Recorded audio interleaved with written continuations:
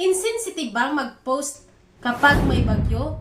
Lalo na kapag ikaw ay content creator at ito yung diskarte mo sa buhay.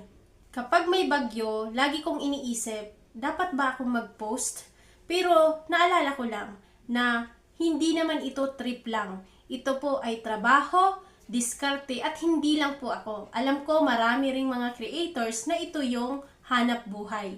Ako nga pala si Marcel Butad, isa pong madiskarte sa buhay or masiskarte sa buhay. At ayun na nga, tinutulungan ko ang kapwa ko madiskarte sa buhay at nagko-content na rin. Naniniwala ako na content creation is valid na hanap buhay. Basta hindi ka manhid sa mga nangyayari. Hindi ito pagiging pabaya. Ito ay pagiging matalino. Dahil alam mo ba may mga taong nangangailangan ng simpleng video mo. Yung tawa mo, yung kwento mo, at yung presence mo. Hindi mo kailangang manahimik para sabihin lang na marespeto ka.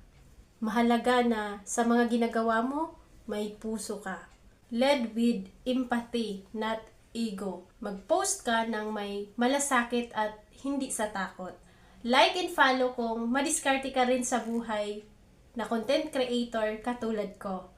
At sama-sama tayong aangat na may puso at malasakit at syempre yung purpose. O siya, yun lang. Always remember that success starts when you decide to begin.